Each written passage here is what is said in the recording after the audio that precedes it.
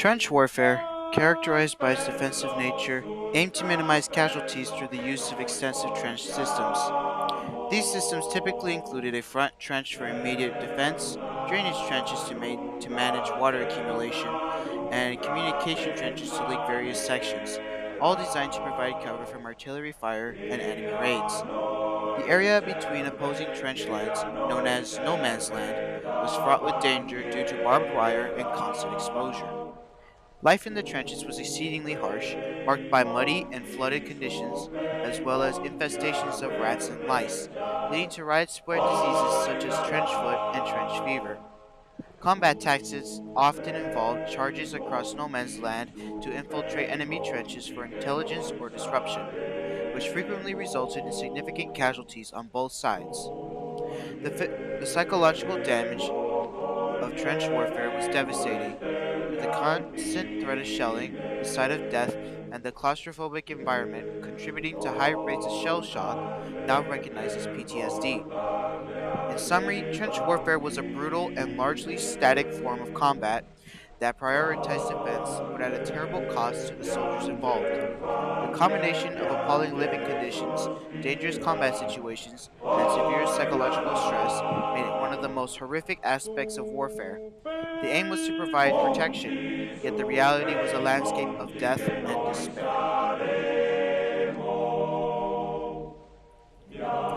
Chemical warfare in World War I was characterized by the extensive deployment of poisonous gases such as chlorine, phosgene, and mustard gas, targeting entrenched enemy soldiers on a large scale.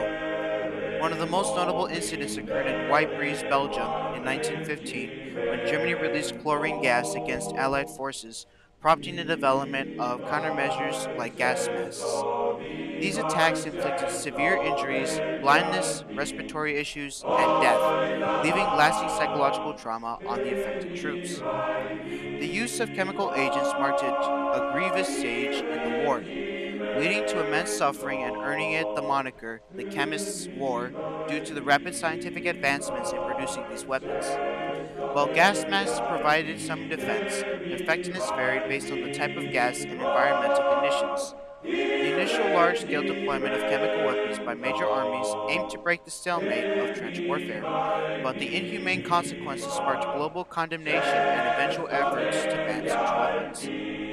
In summary, chemical warfare during World War I represented a dark chapter in military history, demonstrating the devastating impact of scientific innovation when applied to creating tools of mass destruction. The long term effects on soldiers and the ethical implications of using such weapons led to the international efforts to prohibit their use in future conflicts. The conflict spurred advancements in protective measures, but the fundamental horror of chemical warfare remained a stark reminder of the inhumanity of war. Ein Sternlein hoch Aerial warfare in am World War Himmel I stand, began with a primary focus on in reconnaissance, ein where aircraft großer observed enemy Ferne troop movements and ein positions to gather intelligence for Vaterland, ground forces. As technology und advanced, mit dedicated dem fighter planes equipped with machine guns starken emerged, Wind leading der to air to air Antrieb combat and the rise der of ace Sonne pilots. in Bombing capabilities were der initially Nacht limited, with gesandt. aircraft dropping bombs on enemy Mit trenches and infrastructure. Sehnsucht denkt Although Germany also er attempted an strategic sein bombing Lieb, raids on cities like London ob using er Zeppelins. sie wohl The noch most significant role of einmal aircraft remained in supporting ground wieder operations by sieht. providing artillery spotting and Mit reconnaissance, Sehnsucht directly denkt cooperating with infantry. er an Key sein Lieb, technological innovations, ob such as the er sie synchronization gear that wohl allowed noch pilots to fire einmal machine guns through their propellers, wiedersehen significantly sieht. improved air combat capabilities. While the Und impact on the sondern war's dröhnt overall outcome was more die tactical than strategic, Artillerie. aerial warfare marked the Wir first large scale stehen military use of vor aircrafts and laid the der groundwork for future air Infanterie. forces with specialized roles like fighters and Ranken, bombers. All in Flanken, all, Pfeil aerial und warfare Speer. in World War I evolved Der rapidly from basic Franzmann reconnaissance kennt to include den fighter combat and limited bombing, Notbremsloch fundamentally kein changing military tactics and strategies. Although its strategic impact was limited Granatenschlag at the bei time, uns it ein. demonstrated the potential of air Der power and led to Franzmann significant kennt advancements in den aircraft technology and military Notbremsloch organization. rein. The war established aviation as a crucial component Der of modern warfare, Notbremsluft, setting the stage for its expanded die role in future Wiener Kraft. conflicts.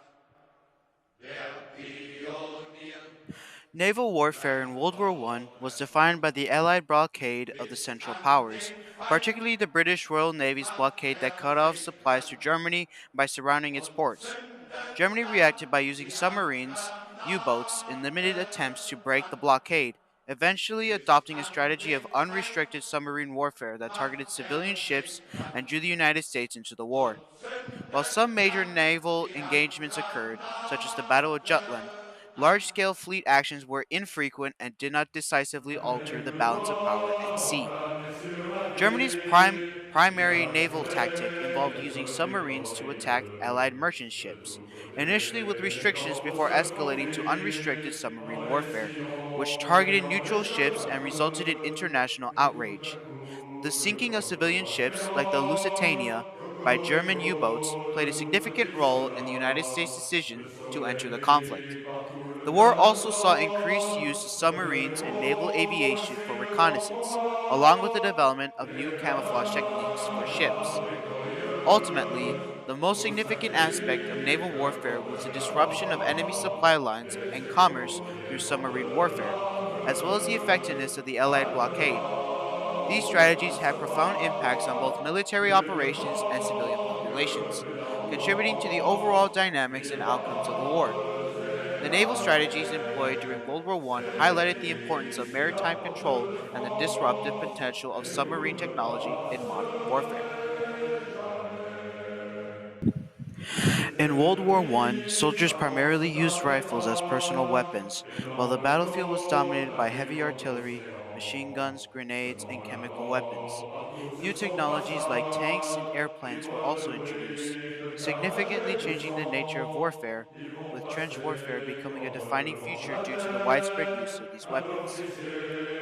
During World War I, the most prevalent rifles used by major combatant nations were bolt action magazine fed weapons like the German Gewehr 98, the British short magazine Lee Enfield SMLE Mark III, the French Lebel Model 1886, the Russian Mosin Nagant Model 1891, and the American Springfield Model 1903, all with similar designs featuring a manually operated locking mechanism and a magazine holding between 5 and 10 cartridges. These rifles were generally between 125 and 130 centimeters long, with shorter carbine versions available for specific roles like cavalry or artillery crews. The bayonet was a knife like blade attached to the end of a rifle, primarily used for close range combat when hand to hand fighting was necessary, allowing soldiers to thrust at the enemy without getting too close. Although frequently depicted in charges, the bayonet's role was largely psychological, with most combat occurring at a distance due to machine guns, and soldiers often used bayonets for utility tasks like digging in the trenches when not actively fighting.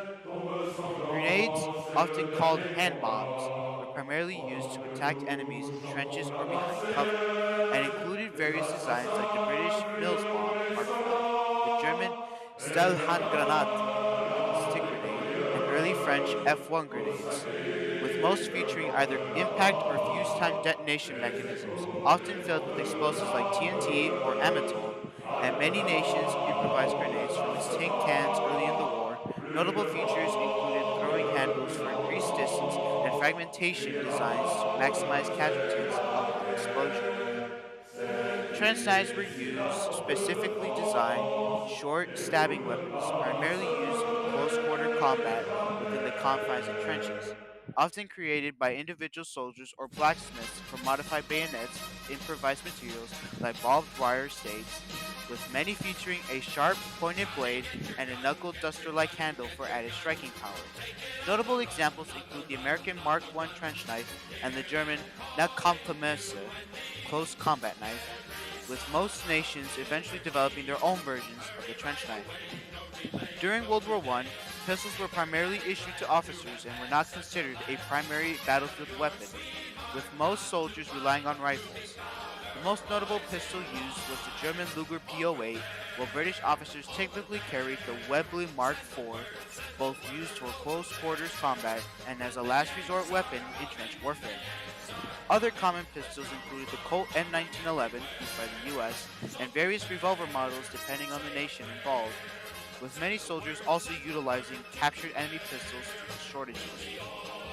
In World War I, the flamethrower, primarily used by the German army, was a terrifying close-range weapon that propelled a jet of burning liquid fuel, usually oil, towards enemy positions, effectively clearing trenches and fortifications by causing immense psychological terror and physical damage to soldiers trapped within its range.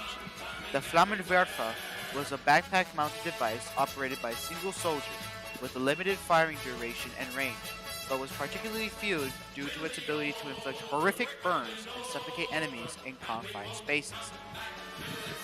During World War I, the most prominent machine guns were the Maxim gun, considered the first true machine gun, and the Vickers machine gun, both capable of firing hundreds of rounds per minute, making them highly destructive weapons that significantly impacted trench warfare by creating deadly no man's land and causing massive casualties. Other notable machine guns included the Lewis gun, which was a lighter, more mobile option used by the British forces. In World War I, the primary tank used was the British Mark I, a heavily armored, tracked vehicle designed to break through enemy trenches and barbed wire, first deployed during the Battle of the Somme in 1916. It had a distinctive rhomboid shape with guns mounted on the sides instead of a rotating turret, and was initially kept secret as a tank to disguise its purpose.